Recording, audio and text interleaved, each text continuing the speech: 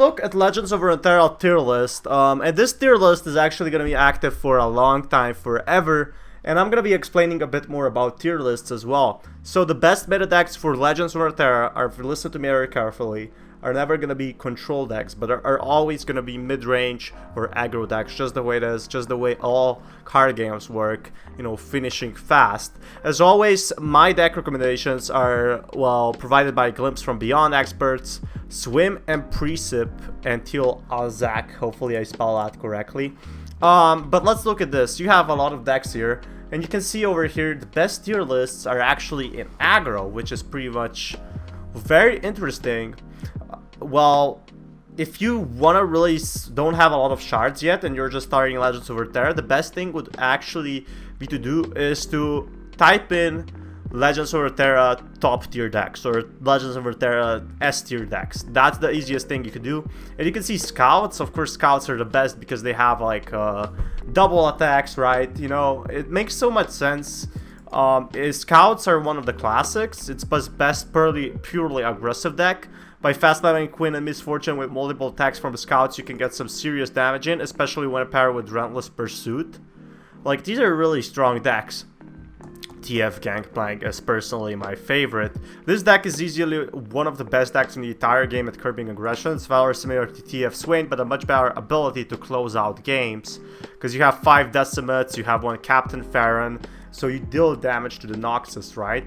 It's a combination of the TF, so Twisted Fate Swain, and the Pirate aggro deck combining the early game defense of Swain with the late game punch of GP Burn. For your early game, Make It Rain and the Red Way deckhand are your main ways to make sure things don't get out of hand in the first few turns. Aggressive starts. When we start getting into the mid game, we can use Gags to bump up our removal to deal with most threats. Twisted Fate is a nice supplement to the deck as well. Like, right now, Bilgewater stuff and Noxus stuff is always going to be strongest. And then you're going to have like a really cheap deck, Hyper Aggro Endure. That's a pretty much boring deck to play. Like, you get used to Shadow Isles, or it's like fun playing Shadow Isles for like 20 games, and then you get bored of it and have to build a completely new deck. Like Bilgewater and Noxus are decks that are usually gonna be fun for a lot of time. Now, Lulu De Masia is a new deck, but I wouldn't call it an S tier, so that's an A tier deck. It's a pretty good deck, to be honest. It just, I mean, it's kind of expensive because it's the new cards. You're not gonna have a lot of these cards. And why would you play Lulu De Masia if you can play like the Scouts deck, like the De Masia one? You know, we have Ezreal TF. That's the one I use, say A tier. It can still get you high in the rank, like me. So what it does is a deck full of chalk removal and draw spells. It's pretty much fun. I have a video on that if you want to check.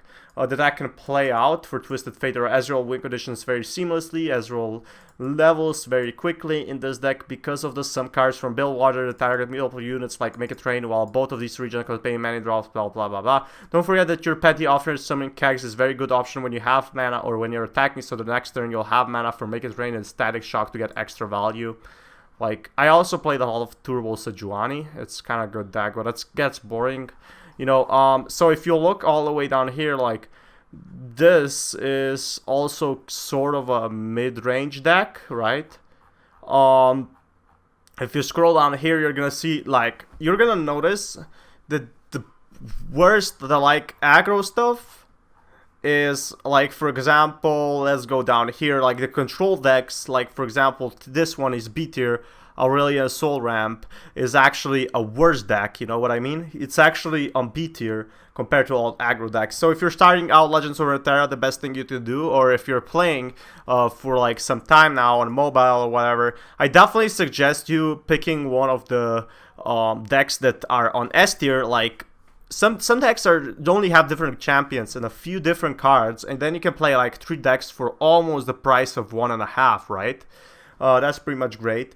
You could definitely do that in Legends of Runeterra. It's what I recommend because you can't disenchant like in Hearthstone. So tier list is basically aggro decks versus anything else. Right now the Bilgewater is crazy, but we're gonna get new seasons anyway with new cards, ATC. Anyway, hopefully you enjoy this. And this is Fatman, sign out. Peace, guys.